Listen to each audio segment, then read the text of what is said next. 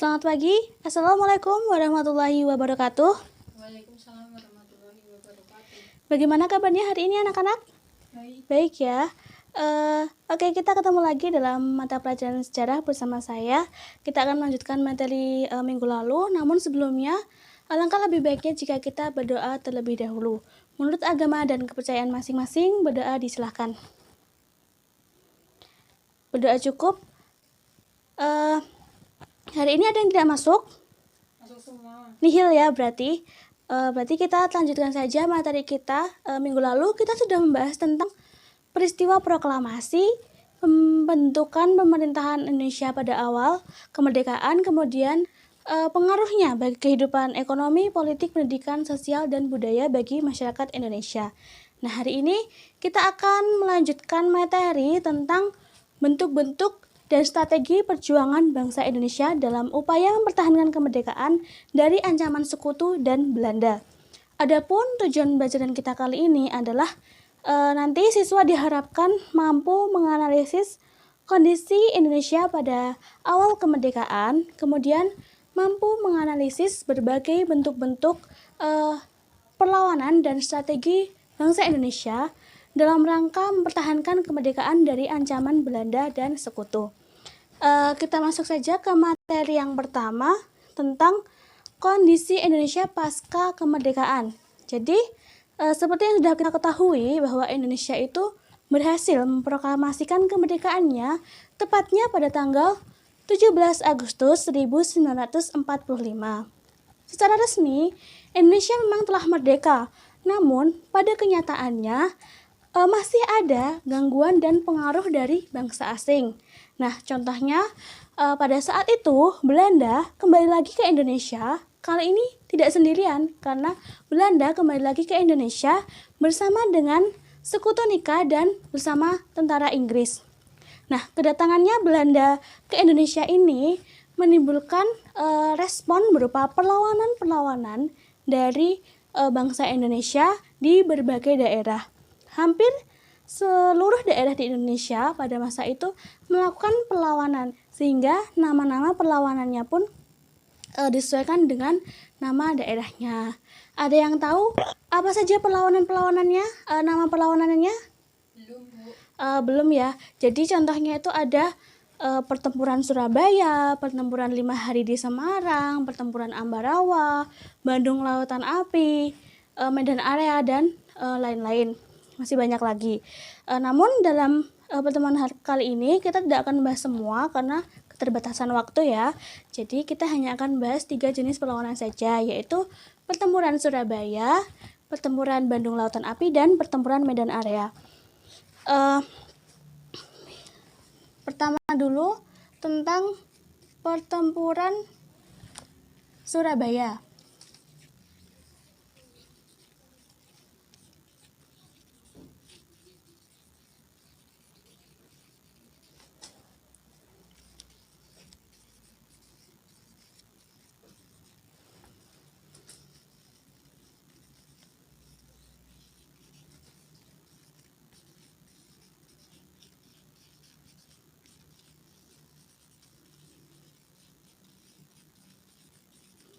Bisa dilihat ya tulisannya. Yang pertama, pertempuran Surabaya.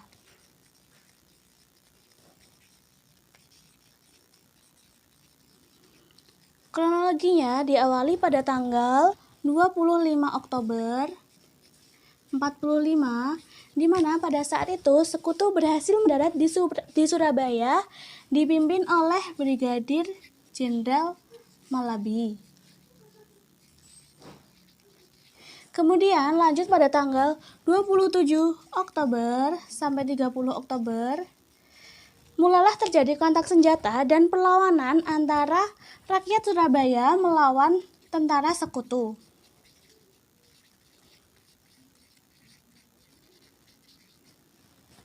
Puncak dari perlawanan ini adalah ketika Brigadir Jenderal Malabi itu terbunuh. Nah, kemudian pada tanggal 9 November 45, Inggris mengeluarkan ultimatum yang isinya adalah gencatan senjata antara sekutu Inggris dengan bangsa Indonesia. Namun ultimatum ini ditolak secara serentak oleh bangsa Indonesia. Kemudian berlanjut pada tanggal 10 November 1945, ini adalah puncak perlawanannya atau pertempuran di Surabaya pada saat itu, di mana sekutu Inggris membombardir kota Surabaya itu dari berbagai sisi, dari laut, dari darat, dan dari udara. Nah, pada pertempuran kali ini muncul salah satu tokoh yang sangat populer dan familiar, yaitu Bung Tomo, di mana beliau ini adalah tokoh yang berhasil membakar semangat juang arek-arek Surabaya dan juga berhasil mengendalikan kekuatan rakyat Surabaya dalam peristiwa pertempuran di Surabaya pada saat itu. Nah, sampai saat ini tanggal 10 November itu kita peringati sebagai Hari Pahlawan. Nah, sampai di sini ada yang ingin ditanyakan dulu? Belum ya? Kalau belum, kita lanjut ke pertempuran yang selanjutnya, yaitu pertempuran Bandung Lautan Api. Nah, ini terjadi pada tanggal 24 Maret 1946. Ini adalah peristiwa di mana rakyat Bandung itu melakukan pembakaran secara besar-besaran di kota Bandung. Mereka membakar rumah-rumah mereka, kemudian meninggalkan kota dan menuju ke pegunungan di arah Bandung Selatan. Tujuan mereka melakukan pembakaran ini adalah untuk menggagalkan tentara sekutu dan tentara Nika yang saat itu berencana ingin membangun markas strategi militer dalam menghadapi perang kemerdekaan. Tindakan pembakaran yang dilakukan masyarakat Bandung ini menimbulkan kemarahan dari sekutu dan juga Nika. Akibatnya terjadilah perlawanan dan kontak senjata antara tentara sekutu dengan masyarakat Bandung. Kemudian perlawanan yang paling sengit itu terjadi di desa Dayuh Kolot. Nah, di desa ini terdapat gudang amunisi militer milik tentara sekutu. Dan pada akhirnya gudang amunisi ini berhasil dihancurkan dan berhasil diledakkan oleh anggota BRI atau Barisan Rakyat Indonesia. Ini untuk pertempuran Bandung Lautan Api. Ada yang ingin ditanyakan? Belum ya? Kalau belum, kita lanjut ke pertempuran yang ketiga, yaitu pertempuran Medan Area.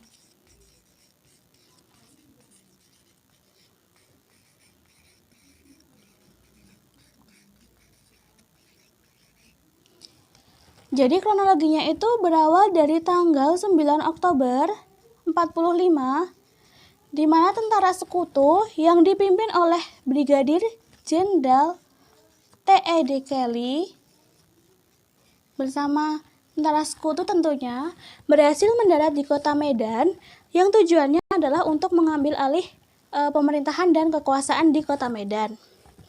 Kemudian berlanjut pada tanggal 13 Oktober 45, ini mulai terjadi perlawanan dan kontak senjata antara pemuda TKR dan melawan tentara sekutu.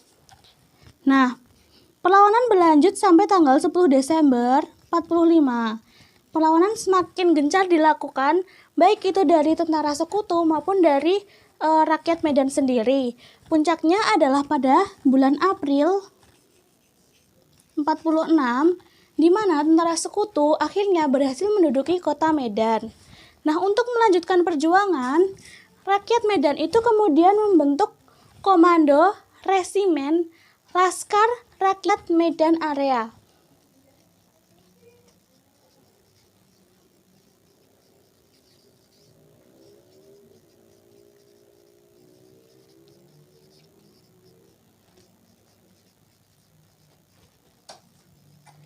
Nah, Komando Resimen Laskar Rakyat Medan Area ini dibentuk dalam rangka untuk meneruskan perjuangan dan untuk merebut kembali kemerdekaan. Nah, dari 3 pertempuran ini ada yang ingin ditanyakan terlebih dahulu? Tidak ya, kalau tidak kita lanjut dengan evaluasi. Nah, evaluasinya itu adalah menggunakan kuis kartu. Jadi nanti masing-masing anak atau masing-masing siswa itu akan mendapatkan satu kartu. Ini nanti berisi dengan satu pertanyaan. Nah, nanti kita membuka sama-sama ya kartu ini. Silakan soalnya dipahami, dibaca, kemudian apabila sudah menemukan jawabannya, silakan angkat tangan dan silakan bacakan soal berserta jawaban yang kalian anggap benar. Dibagi dulu ya. Oke, semuanya sudah mendapatkan kartu kuisnya? Dalam hitungan ketiga, silahkan dibuka bersama-sama. 1, 2, 3. Oke, siapa yang sudah menemukan jawabannya? Saya. Ya, silakan dibaca soal beserta dengan jawabannya. Ya. Tokoh yang berhasil mengobarkan semangat juang arek-arek Surabaya serta berhasil mengendalikan kekuatan rakyat dengan pidato-pidatonya adalah Jawabannya? Tomo. Ya, jawabannya adalah Bung Tomo. Jadi Bung Tomo itu adalah tokoh yang berhasil membakar semangat juang dari arek-arek Surabaya dalam pertempuran Surabaya. Ada lagi yang ingin membacakan soal dan jawabannya? Saya, Bu. Ya, silakan. Ya. Pada tanggal 25 Oktober 1945, Sekutu berhasil mendarat di Surabaya dan dipimpin oleh Brigadir Jenderal Malabi. Ya, Brigadir Jenderal Malabi adalah yang memimpin pendaratan pertama di Surabaya. Oke, semuanya sudah membacakan soal beserta jawabannya ya. Berarti materi kita hari ini selesai. Ada yang ingin ditanyakan dulu sampai di sini materinya? Tidak ada ya. Kalau tidak, siapa yang bisa memberikan rangkuman pembelajaran pada hari ini sekaligus nilai atau hikmah yang dapat kita ambil dari materi kita hari ini? Saya ya. Ya, silahkan.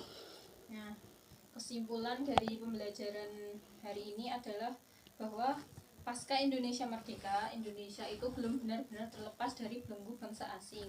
Karena ternyata Belanda kembali datang ke Indonesia kali ini bersama Nika dan pasukan Inggris. Hal ini menimbulkan respon berupa perlawanan-perlawanan dari bangsa Indonesia di hampir semua daerah-daerah di Indonesia. Beberapa perlawanan tersebut antara lain pertempuran Surabaya, pertempuran Bandung Lautan Api, pertempuran Medan Area, dan masih banyak lagi pertempuran di daerah-daerah di Indonesia. Oke, itu untuk rangkuman pembelajaran kali ini ya. Jadi pasca Indonesia merdeka itu ternyata masih ada gangguan-gangguan dari bangsa asing, sehingga pada saat itu timbul berbagai perlawanan dari rakyat Indonesia di berbagai daerah.